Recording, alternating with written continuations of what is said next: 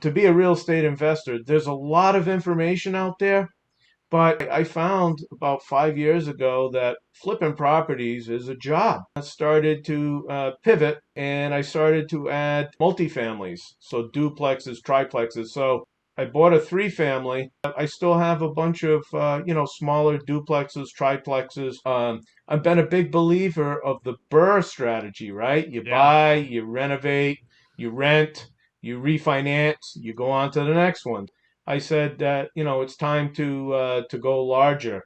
I need more doors. And so not only is it one thing to go larger, it's also another thing to go into other markets. I bought a 20 unit in Knoxville, Tennessee. Really, really hot market right now. Actually, I'm glad to be there because the value of my property has probably gone up.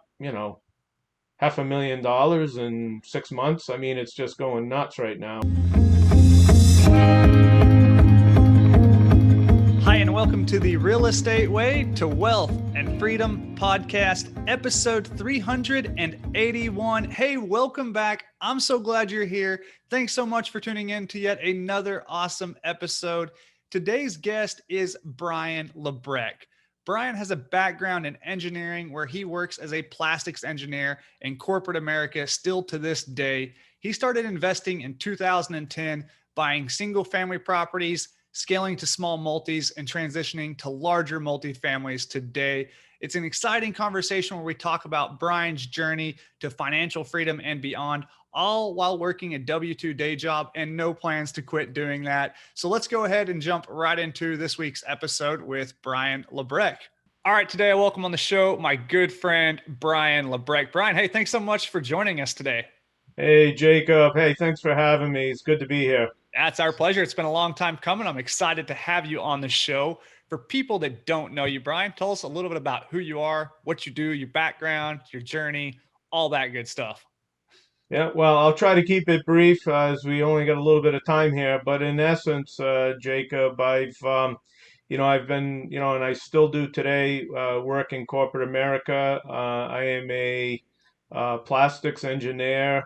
I'm in sales now, but in essence, I've developed and continue to help customers bring medical devices to market that are made out of plastics.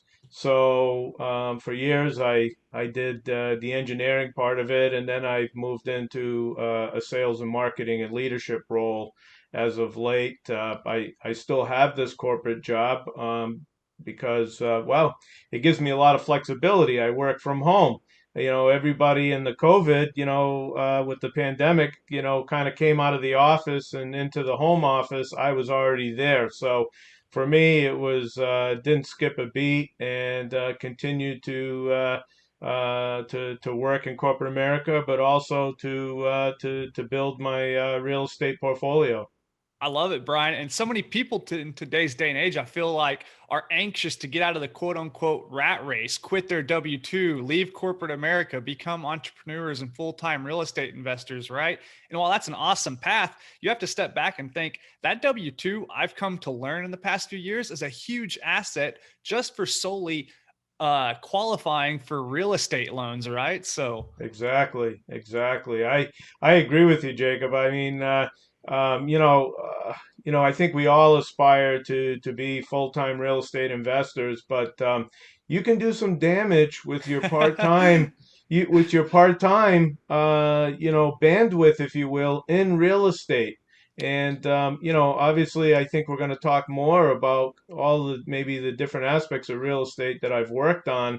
But I've been doing this for over a decade now, and I've tried a lot of different things. yeah, let's kind of get into that. But before we get into the what you do, let's kind of start with the why. I've been kind of leading and teasing with this question Ah, lately. I love it. So let's yeah, start there. Why is it that you're yeah, doing this real yeah, estate thing? What's yeah, drawn you to it? yeah. No, I mean, corporate America, I find and found, and was kind of the precipitous for me to get into real estate was back in 2008, 2009. Um, I was working, been a professional, been even a professional working in corporate America. I didn't appreciate some of the treatment I received when, my father was deathly ill. I had to, I only took off a couple weeks to tend to my father because, that's all it took. But, I was like, man, you know, I've worked hard to put myself in a professional situation, and, I'm getting this kind of treatment and disrespect in corporate America. I said, you know, I don't want to be beholden to corporate America to survive and to have flexibility in my personal life. And so after that, emotional kind of roller coaster, if you will, instead of being a victim, I decided to take action and take some action and to pursue financial independence. And being an engineer, I thought of, a lot of, everybody, right, wants to start their own business, come up with the next, widget. And, I just, I rolled around a couple years on trying to come up with ideas on what I could do to break off, right? And I just, it's like a lot of us, right? I read the Rich Dad Poor Dad book. Actually, I had the Rich Dad Poor Dad book back in 2000, and then it was on my bookshelf. And, during this 2009 period, I picked it up again and I started to get educated. And that's how it all kind of began. And I just, just kept pushing. Let's talk about how it all began. What did the very first investment or foray into the real estate investing world for you look like? Yeah, it wasn't pretty. I'm here to tell your listeners, it's not all rosy, right? I mean, but there's one thing for sure. You're never going to get wealthy without being in the game, right? So you're going to have to roll with it, right? But at any rate, my very first deal was a single family home I bought on an online auction. And you know what? I still own it today, just so you know. But Okay. but I had these big aspirations. I jumped in, right? I jumped in. It's like jumping off a cliff, honestly, and I was like, "Oh my God, what did I get myself into?" I renovated the place. Now, listen, I'm a handy guy, but I'm not a contractor. So, I was really beholden to contractors, and boy, was I drinking from a fire hose. It was touch and go there. But at any rate, I get it. I get it all renovated. I put my first tenants in it, and it wasn't long thereafter they stopped paying the rent. And so I got my first taste of eviction, right? And it took me a while to get them out. And the next person I put in that property is still in that property today, Wow. Okay. and and she's never called me for a repair on the property in 7, 8 years. So so again, I could have given up. I could have, got rid of that property, and now today, the equity in that property is just phenomenal, right? I've more than doubled my geez, my investment in that property is zero, right? It's an infinite return, Yeah. and the equity is, 100 plus K, right? And compared to back then, so that's kind of the the good, the bad, and the not so good kind of story on that one. I love it. Yeah, we've all been there, all made mistakes. And it's just one of those things like you don't know what you don't know until you just dive in and start taking action, right? It's Exactly. definitely necessary to educate yourself, read the Rich Dad books, kind of develop that mindset, get into the nuts and bolts, but eventually you have to kind of take action, have the rubber meet the road, and then there's like really the real learning process, right? So you can only learn about stuff by listening to podcasts and reading books, which are all great to do, but you actually eventually have to take action. So that's just what you did. You had a little bit of a rocky start. Obviously it's smoothed out, and I'm sure you've gone on to do more things. So kind of tell us what that progression looked like for you. Well, I actually was, and I still am a coach for folks around the United States on flipping properties, wholesaling, basically uh, coaching new people onto how to get started, right? And so just like a lot of us who've maybe been around for, a decade plus, the most common way to begin is, wholesaling properties and flipping properties. And so, I've done, dozens of deals across the country, but also in my local area, I've, I've flipped properties, and it's kind of funny. I've always, um, real estate's kind of a funny thing. There's to be a real estate investor, there's a lot of information out there, but everybody has their idea to the gold, right? Um, but every one of us are unique in the way we got or are pursuing the gold. And, I'm no different. I hemmed and hawed trying to figure out how to get there from here, right? And, I found about 5 years ago that flipping properties is a job. And, is that really the lifestyle I want? So I quickly started to pivot, and I started to add, multifamilies, so duplexes, triplexes. So I bought a, I bought a three family, and in February of, 2015 maybe, um, and I inherited one tenant, and then I put in another tenant, and the other tenant was a professional tenant. And what I mean by that is the only time I ever got any money from them was the day they moved in. So again, I was still making a mistake, right? So at any rate, I fought on that property all year. I bought that property as owner financed. It was a Mhm. three family. I bought it for 60 grand, and um, I was in Florida on business, and I got a phone call from my property manager. It was December 9th of 2015, the year I bought it. And he asked me if I saw the news. I said, no.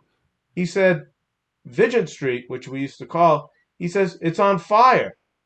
I said, what? He says, it's on fire. I said, oh my God.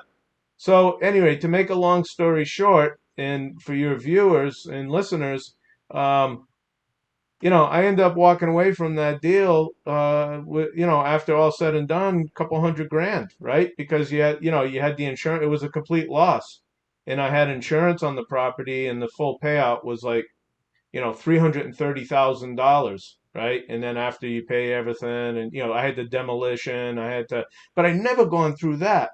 But here's another, you don't succeed unless you're in the game, right? And bad things happen, but you know what? The outcome can be very positive too. Nobody got hurt. Everybody got out, and everything was cool. And but anyway, so I pivoted into multifamily, and I still have a bunch of smaller duplexes, triplexes, and I've been a big believer of the Burr strategy, right? You Yeah, buy, you renovate, you rent, you refinance, you go on to the next one. So I'm a love it. big believer, right? And I'll tell you another story, because I just did this for my son. Um, and then, but even that is becoming, more of a job, right? So I said that, it's time to go larger. I need more doors, right? And so that's how, I think you and I met, and because you're on the same journey, and I've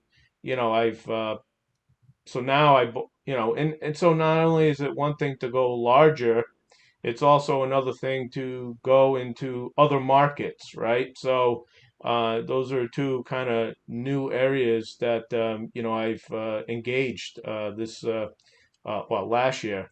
And I bought a 20 unit in Knoxville, Tennessee. Nice. I really like Knoxville.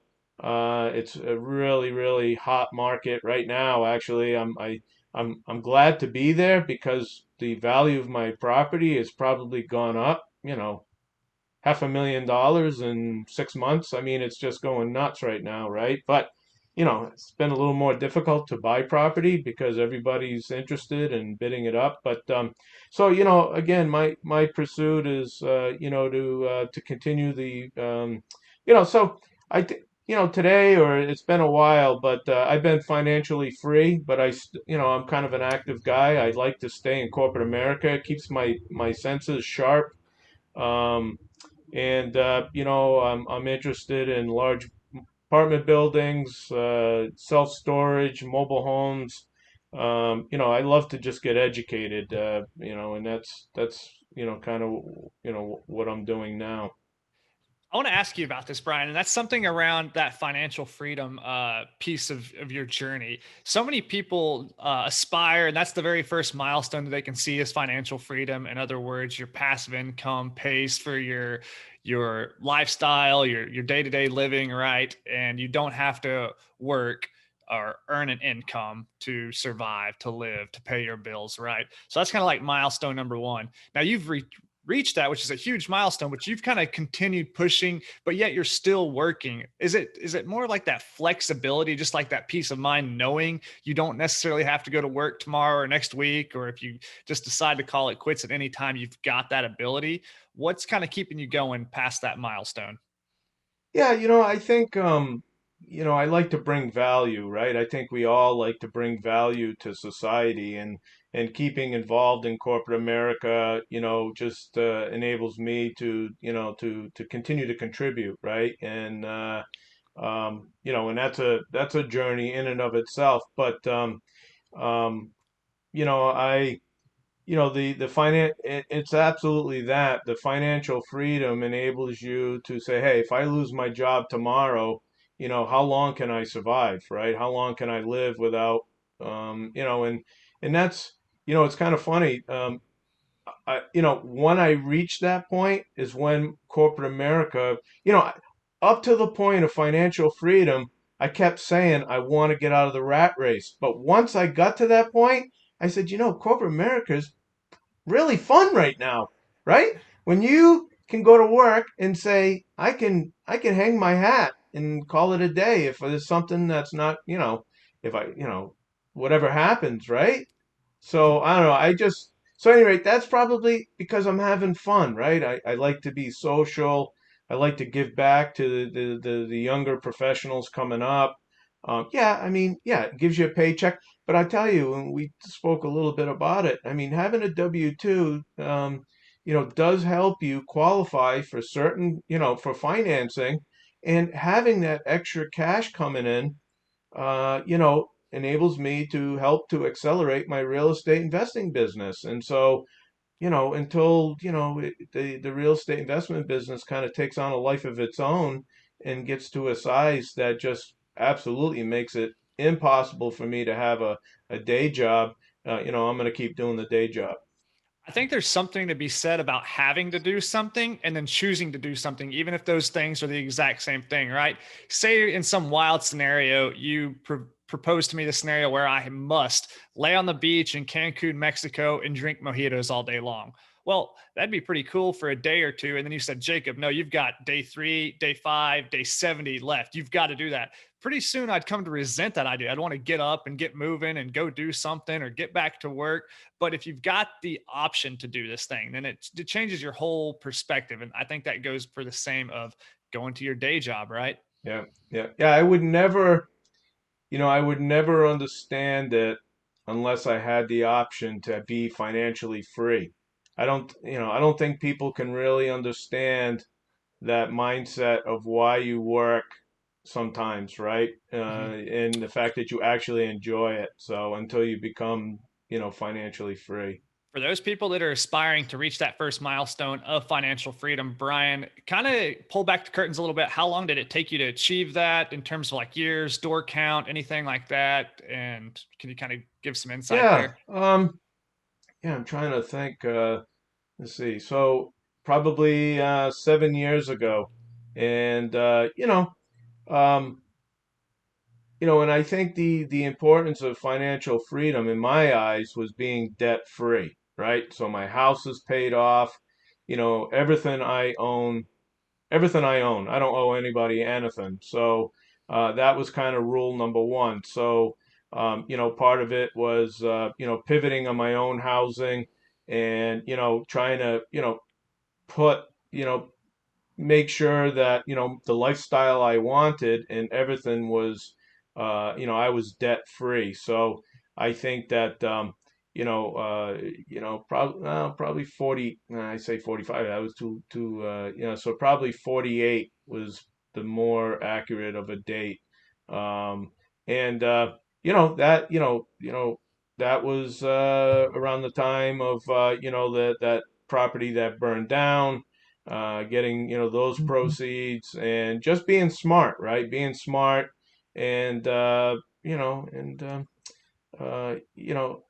keep doing real estate and growing, and knowing that I can make money in real estate, to to supplement when needed. And so having that extra skill set has been, um, you know, has been very, rewarding.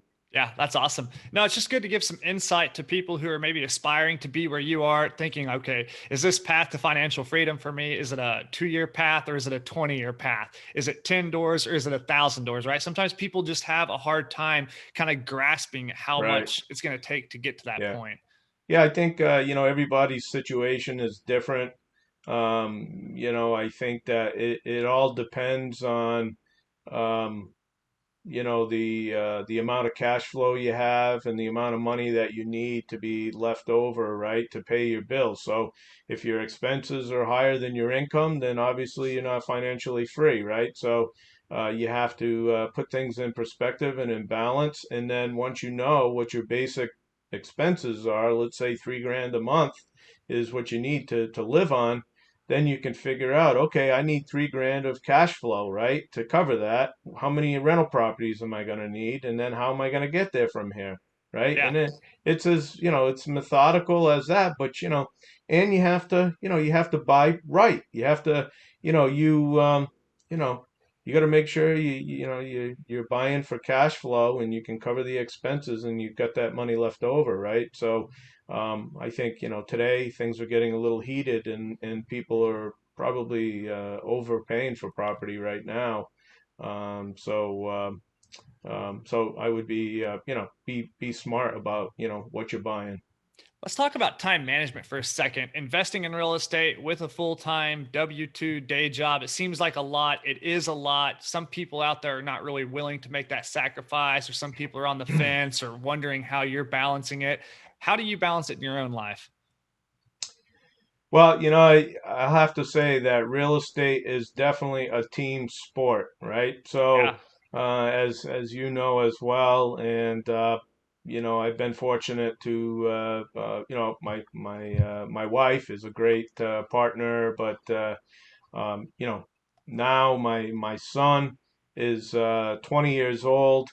Um, I'll tell you a quick story if you don't mind about Yeah. my son. So my son grew up with me doing real estate, uh, and he went to college and then, but he always aspired to do real estate. So, um, I kind of did this out of, you know, he was 19 years old and it was about time for him. I wanted him to basically move out, right? So what did I do? So I said, and he kept after me about, wanting to do real estate. So I said, okay, this is what we're going to do.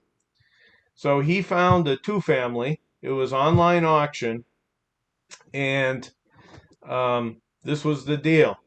He bid on it. I told him what he could bid, what he could pay for it, right? We looked at it. It's not far. It's maybe 10 miles from my house, 15 miles. And, um, we end up buying it. Um, we renovated the entire two unit, right? There's two units. I helped him. My wife and I, we showed him how to screen tenants. He moved into the upstairs unit and he's got tenants downstairs. His tenants are paying $1,200 a month. All right. So now I was the bank on the house, right? Yeah. But I had him throw in a few bucks, right? And But I told him, I said, you need to go get your own loan, right? So at 19 years old, so I'm just here to tell you that on Wednesday, well, last Friday he signed the closing documents. He qualified for his own loan. He got money at closing.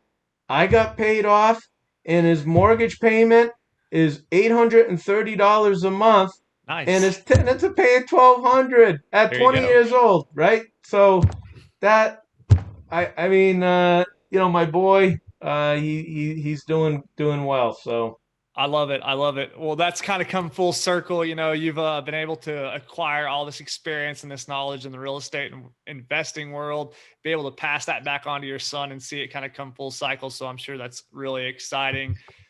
Brian, what does the future hold for you? What's the future real estate investment look like? Where do you plan on being maybe 5, 10 years down the line? yeah, Jacob, I just want to continue becoming more and more intelligent in the apartment building. It's a never-ending learning pursuit, right? And I I just love learning, and I love the fact that it's a team sport. I've met some amazing people, and we're working on underwriting deals together. I'm looking in South Carolina, North Carolina. I continue to look in Tennessee. Um, I it just really has opened up my eyes to the possibility of different assets, and again continue to grow and continue to give back, and bring meaningful knowledge and experiences to other folks, and hopefully influence their journey as well, and continue to meet new people, and help them along too. I just love that part of this business. Yeah, awesome. I love it. Well, Brian, hey, it's been a fun conversation. Before we wrap up, let's hit you with the lightning round, just a series of questions we like to fire at you. Are you up for it? I am up for it. Let's All right. The go. first question is, what was your biggest hurdle getting started investing in real estate? And then what did you do to overcome that? Oh, my biggest hurdle was really, it's the mindset, right? It's the mindset. It's taking action, you know, uh, and what I did to overcome that was, I got coaches and mentors to help me through that, and I think that anybody that's gonna, want to do this, they should consider, a coach or mentor. It could be somebody that's been doing it, or you can find there's some great coaches and mentors out there in the industry. Yeah, absolutely. Brian, do you have a personal habit that contributes to your success? I like to read every day. And, I read, it could be just 15 minutes, 15, 20, 30 minutes a day. But, I try to continue to read. And it's really, different books have really helped again, it's all about the mindset. Yeah, definitely. Brian, do you have an online resource you find valuable in your day to day? I think we all like to lean on the bigger pockets. There's other resources out there, but there's again there's a lot of information out there on the internet for people to seek and to learn, and that's what I do as well. How about a book recommendation? Yeah, I like the Millionaire Mind. It's a great read. It really gives you some understanding and inside the brain, and how people who become financially free and ways they think. And so anybody who's wants to understand that kind of psychology, I think this is a fantastic book. Yeah, that's the Millionaire Mind. We'll link that in the show notes if our audience members want to check that out. Brian, last question in the lightning round. If you were to go back and give advice to your 20-year-old self, what would you tell 20-year-old Brian? Real estate, real estate, real estate, and I think it's been a great journey for me, and everybody should start today. I love it. Brian, before we ask you the very last question, where can people learn more about you, reach out, connect with you if they want to do so? Sure, I have LinkedIn, Instagram, Facebook. You can look me up personally, or you can look up my company, LaBrec LaBrec Capital Investments.com. There's a free ebook up there. Actually, I have a couple ebooks. There's videos on my YouTube channel. Reach out, register on my website, and I'll continue to send you some meaningful information on, new topics, but also our next investment that's, going to be coming up. Awesome. That's LaBrecCapitalInvestments.com. We'll link that in the show notes. Brian, hey, thanks so much for coming on the podcast today. It's been awesome talking with you. As we're wrapping up here, is there any parting piece of advice that you'd like to leave with the audience members? Maybe something I should have asked you that I didn't. No, I think you did a great job, Jacob. I think that this is, a good segue into, making people understand to seek advice and to, it's all about the mindset. But at the end of the day, you have to take action. I love it. Awesome. Well, Brian, hey, thanks so much for coming on the podcast today. Until next time, take care. Thank you, Jacob. You too. All right, that wraps up this week's episode with our guest, Brian LaBrec. Hey, what an awesome and inspiring story there with Brian. I hope you got so much value from that conversation. If you want to learn more about what Brian's doing, you can find his contact information in the show notes, as always, and all of those resources we mentioned right along there. You can go to www.jacobayers.com to find those show notes, or tap right on your home screen and you can find links to those. Well, hey, if you want to learn more about what I'm doing these days, you can go to www.jacobayers.com or reach out to me on social media. I love talking and hearing from you. So until next week, engineer the lifestyle you want. You've been listening to the Real Estate Way to Wealth and Freedom podcast, providing you actionable content to build your real estate empire. Nothing on this show should be considered specific, personal, or professional advice. Please consult an appropriate tax, legal, real estate, financial, or business professional for personal advice. The opinions of guests are their own. Information is not guaranteed. All investment strategies have a potential for profit or loss. The host is operating on behalf of the Real Estate Way to Wealth and Freedom, LLC, exclusively.